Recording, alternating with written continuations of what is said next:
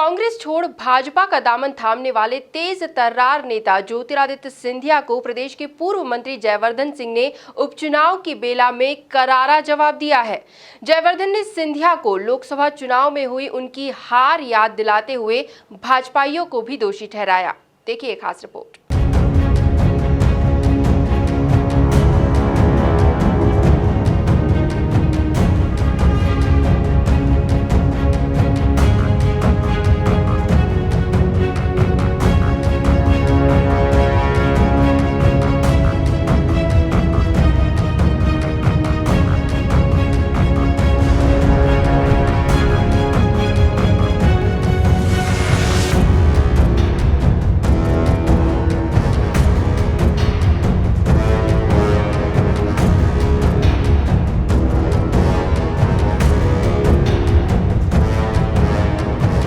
एक दौर था जब ज्योतिरादित्य सिंधिया ने राघवगढ़ के किले में जाकर दिग्विजय पुत्र जयवर्धन सिंह से मेल मुलाकात कर गुटबाजी से परे संबंधों को प्रगाढ़ता दी थी।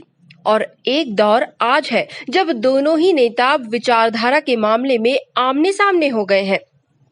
जहां सिंधिया भाजपा में जाकर दिग्विजय सिंह और कमलनाथ को लेकर खूब कटाक्ष कर रहे हैं, तो वहीं अब जयवर्धन सिंह भी सिंधिया को करारा जवाब देने के लिए मुखर हो गए हैं। हाल ही में आज बमोरी विधानसभा के ग्राम मसूरिया, वागेरी, बमोरी, खड़ेला, मोरखेड़ी, डेहरा, पराठ में तूफानी जनसंपर्क के दौरान जयवर्धन सिंह ने सिंधिया को उनकी लोकसभा चुनाव की करारी हार याद दिलाई है और भाजपा में होने के अवगुणों को भी उजागर किया है। उन्होंने तेज तर्रार अंदाज में सिंधिया को उपचुनाव में मात देने का दम भी दिखाया। लोकसभा चुनाव कुछ समय पहले हुए थे जिसमें कांग्रेस नहीं जीत पाई थी, लेकिन मैं तो जो नई भाजपा खड़ी हो गई है, जो लोग कांग्रेस छोड़ के गए हैं, मैं उनसे पूछना चाहता हूं कि सिंधिया जी को किसने हराया था? भाजपा ने हराया था और वो उसी पार्टी में शामिल हो गए। क्या ये उचित है? बिल्कुल नहीं है। मैं तो इतना कहना चाहता हूं,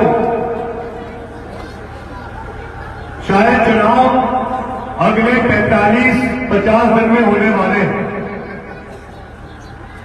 और जब सामरसिंगा का बमोरी क्षेत्र का एक मतदाता जब लाइन में खड़ा होगा, आप ये बात याद रखना कि अभी शायद पिछले 50-60 सालों में विश्व में सबसे बड़ी बीमारी फैल रही है और ऐसे संकट के समय में क्या राघवगढ़ की जनता वोट डालने के लिए लाइन में खड़ी हो रही है? क्या नहीं हो रही?